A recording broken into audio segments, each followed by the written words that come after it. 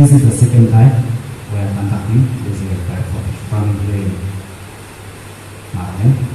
The rest of the time, I'll hand over to our resource person to share this from the stage. The basic concept, what Biofloc means and how this is going to help in the increasing in the fish production of the state and the country also.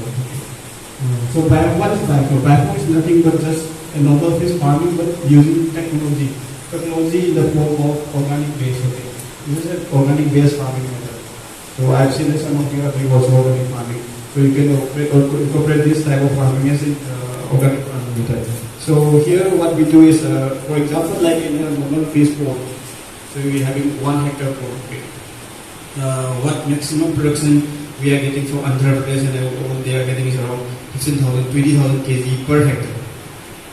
So in Manipur, Nagaland, some are doing, they might be getting maximum of 3,000 or 2,000 kg per hectare. So here in Biofloc, in one tank, it means like 4 meter diameter, this is general size of tank, okay, 4 meter diameter tank. They are having this around between 200, 300 kg every 4 to 5 to 6 months, okay. So if we calculate hectare wise, then the production is huge, okay. So like in 10 or 20 tanks, we can get 1 ton, 2 ton of production. So there is a difference between them. So here the main important thing is that it's an intensive farming. So in a small area we can produce high quantity of fish. So there is one thing, and there is using this probiotics. Okay, probiotics means like which are good bacteria. Okay, which are beneficial to the fish, also beneficial to the human being. Okay, so there is one good bacteria, bad bacteria. That good bacteria is we call this probiotic. So using this probiotic bacteria, we are utilizing this fish waste. When the fish consume the feed, when they breathe, when they excrete, this ammonia is produced. Okay, ammonia is toxic to the fish. If the ammonia level increases, the fish will be automatically they will get this immune response that water quality is not good. Then disease will come, then they will die later on. There are some stages there. So we have to maintain that ammonia first. So Biofloc means first thing is maintaining ammonia. Okay, we'll discuss that. So biologically activated environment means we are using this biologically bacteria. There is probiotic bacteria to control the water quality. Okay, then there is symbiotic relationship. That means that the feed which we are feeding the fish, the artificial feed, the pelleted feed, that will be consumed by the fish. Then excreta will come out. That will again be consumed by the bacteria, this probiotic bacteria. When they consume this ammonia, this nitrogen source, they will again convert to protein. Okay, there is cycle. So this protein again can be consumed by the fish. So there is one cycle. So one waste will be used by another, and another waste will be used by another. So there is a symbiotic relationship. So that means it. So between the fish and the bacteria. So in the Biofloc farming, no chemicals will be used. So once we use the chemicals, the probiotic bacteria will die. So it's not advisable to use chemicals. There are no antibiotics. So basically in pond farming system, basically where a huge number of fishes are here, they use this antibiotics. Okay.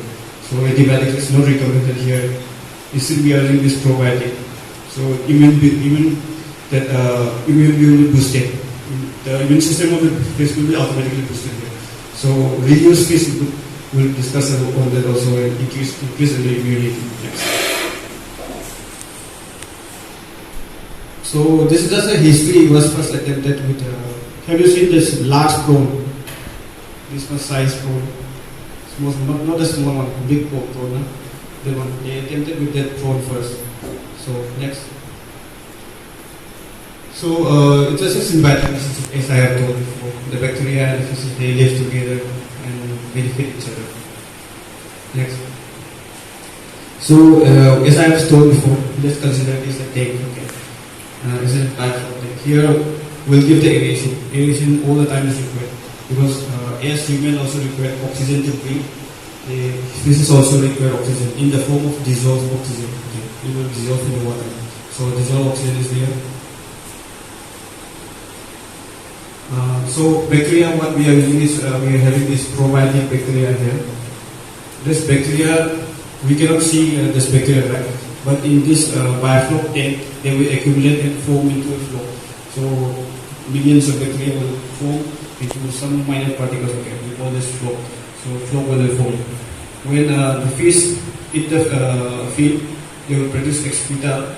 This excreta will be consumed by bacteria, the probiotic bacteria. But they cannot consume this excreta just alone. Okay, they need some carbon source. Carbon source means we have this carbohydrate source. Okay, we have sugar. This molasses means a liquid sugar. Okay, the brown sugar. The glue. We have this glue. We can add any type of carbon, but depending upon the availability, also the condition, we have to choose it.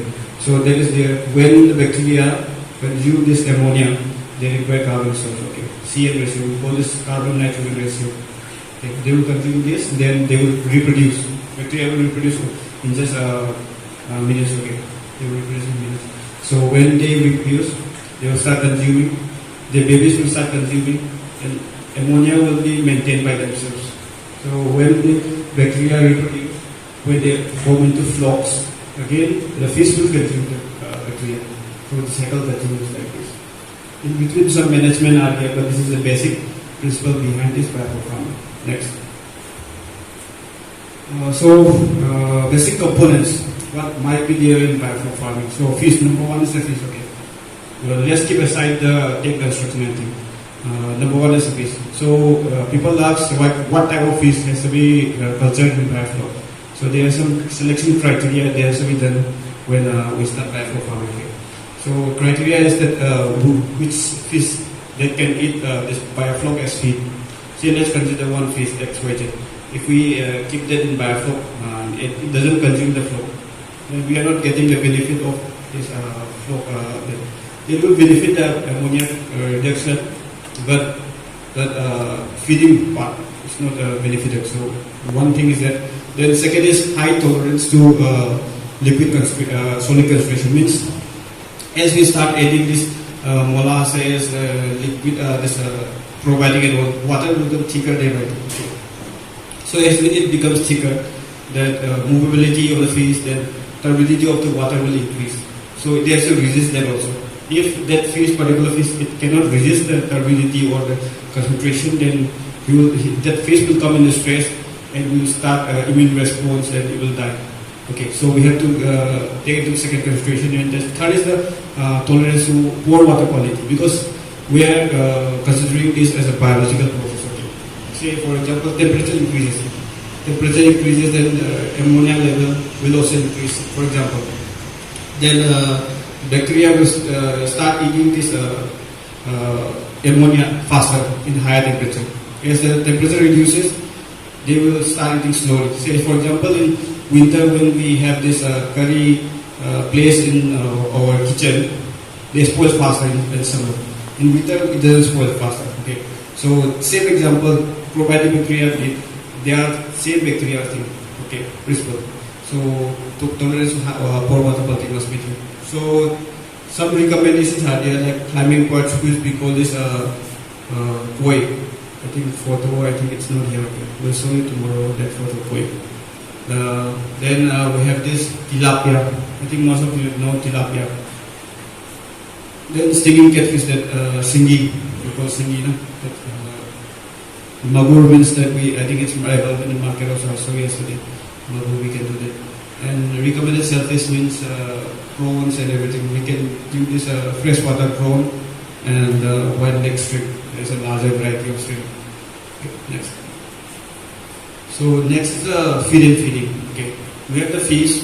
We can't just leave the fish in the tank itself. So they are having in this enclosed environment. So we have to feed them manually. So what floc does is that we are providing 25% of the feed by the floc itself. So 75 by 25 means like, for example, say we are going to feed 1 kg of feed in a particular day. Okay. If it is not biofloc, but if we are going to biofloc, we can feed them 750 gram, and 250 gram will be automatically covered by that biofloc itself. So we are using 25% of the feed. So in fish farming, we call this FCR. There is a feed conversion ratio. Okay, there is feed conversion ratio means how much feed is required to produce 1 kg of biomass. Say for example 1 kg of fish, it ranges from 1.2 to 2.5. So 1.2 kg to 2.5 kg of feed is required to grow 1 kg of fish. Maybe in poultry it require around 4 or 5 kg approximately, okay, to grow 1 kg of meat.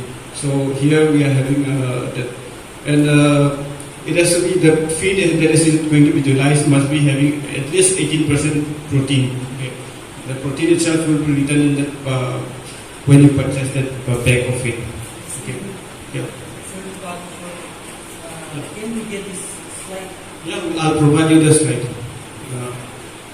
And there are different stages of feeding that has to be done. This is a theoretical part, but practically it will be different. So according to the situation and timing, it will be different. So, but according to this fry means we call some this when fish egg they hatch. Within 3 days they will become small. It will be this small, okay. It will be visible with a minor eye, but it will be very small. Spawn. We call this spawn. After like 15 days they will become fry. Fry will be this much size, okay. That's fry. Then fingerling is 1 fingerling size. Then juvenile means which are growing but not up to that marketable size because it's juvenile. So feeding quantity must be 7 to 10% of the body weight, okay, approximately. So yes, we know that babies require much more feed in the initial days, so we will feed them 4 to 7 times, small quantities. But as the age increases, it will decrease the feeding time and also reduce the feeding quantity and volume also. This is the thing. Next. Next is the third thing is the probiotic bacteria.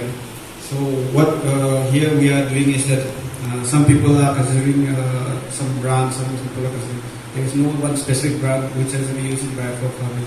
So we have to choose which type of bacteria we are going to use. Okay. So concern must be there, like that bacteria or probiotic bacteria which we are choosing has to be having these 2 major roles. Okay. First thing is that it has to convert this nitrogen, that is the ammonia, into this protein, microbial protein. Okay. If it doesn't perform this task, then that bacteria will not be of no use. Will be of no use. Okay. And the second thing is that nutrition by reducing feed conversion ratio means like FCR means like that flock, it is a 4 million flock, and that flock has to be consumed by the fish. So first thing is it has to convert into microbial protein and reduce ammonia, and it must be consumable by the fish. Okay, the 2 reasons must be there for selecting this probiotic bacteria. And one thing is that when considering any probiotic bacteria, we have to see that if the particular company or particular packaging is certified by ISO or GMP, because this is very much required in selecting this probiotic bacteria. Because some XYZ company will produce some bacteria, they will just write probiotic bacteria, smoke everything like that, but there is no certification process. Okay, so we have to avoid that. We have to choose this certification process, ISO, GMP, everything is there. Okay, next. So fourth thing is aeration. Aeration means providing air or circulation to the particular fish tank. So what with this aeration will do is that they will provide the oxygen level. They will maintain the oxygen level in the tank. Oxygen is required by both fish as well as the bacteria. So we are using this aerobic bacteria, means those bacteria which require oxygen to survive and grow. Okay. So oxygen we have to provide through this aeration, and also the one thing is through this aeration we are completely circulating the water. So water will not settle down. This flow will not settle down slowly. So they will keep the suspension of the flow. So that in that way, this their flow, the bacteria will not decompose. Okay? They will not smell. And the thing is, with aeration, we have to provide this much of level of dissolved oxygen. There is the 4 to 6 ppm, because 4 milligram per liter to 6 milligram per liter that we have to maintain. Okay. Next. Last, I think I have told you before. So we have to maintain the carbon nitrogen ratio. So carbon source we can get molasses, and I think we have one packet of molasses here also. I think most of you have seen. I think it's not available in here in Dimapur, but it's a liquid form of molasses, which is prepared from sugar cane only. So what way they do is they will collect the sugar cane juice, they will boil and they will become into black thing, and there is that solid one is also there, gold. That thing. This one is a liquid form, that gold is a solid form. So that is the carbon source. Nitrogen we will get from the ammonia that is produced by the fish. So that ratio has to be maintained. Okay, the carbon source I have told you before. So we can use a white sugar also, which is commonly available in the market. But the thing is, if we are using this type of molasses, you can reduce the dose into half.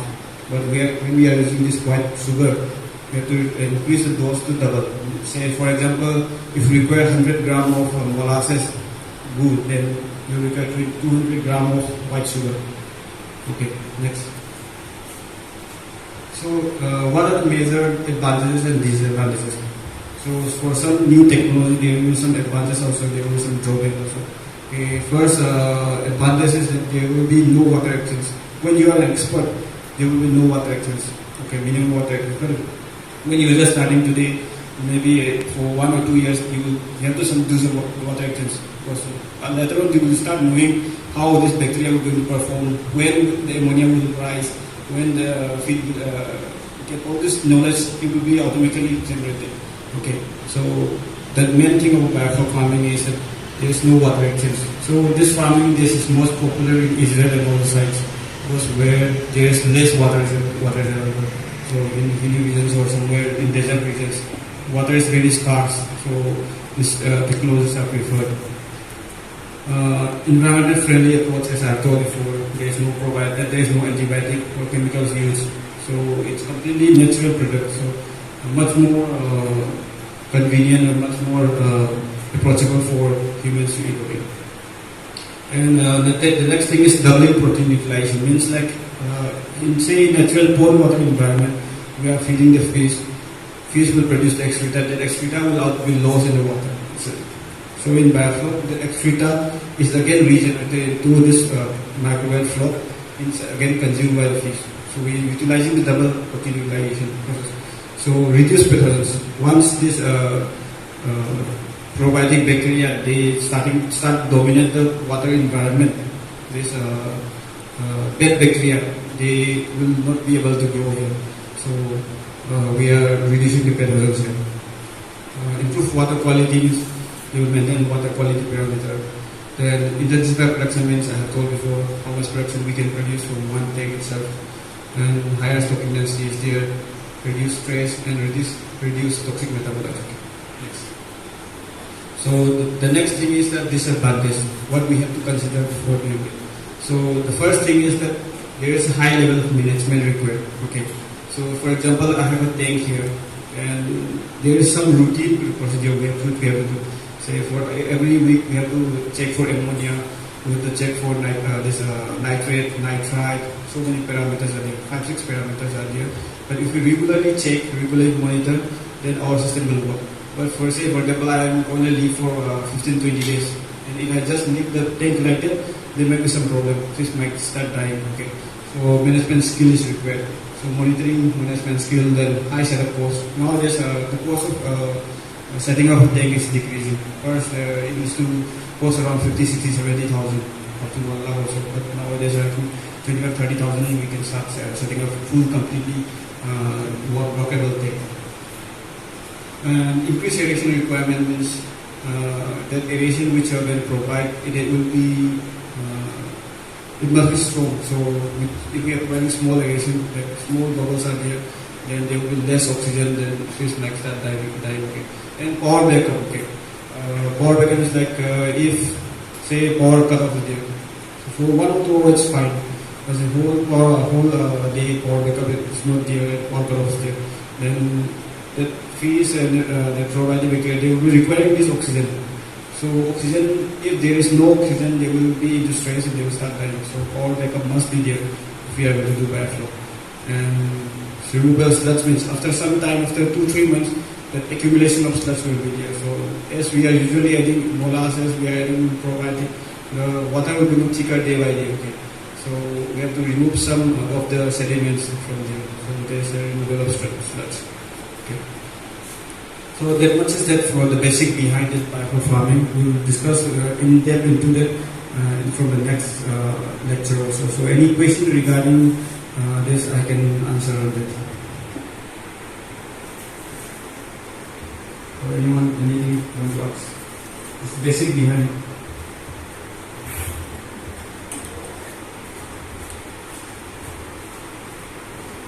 No questions.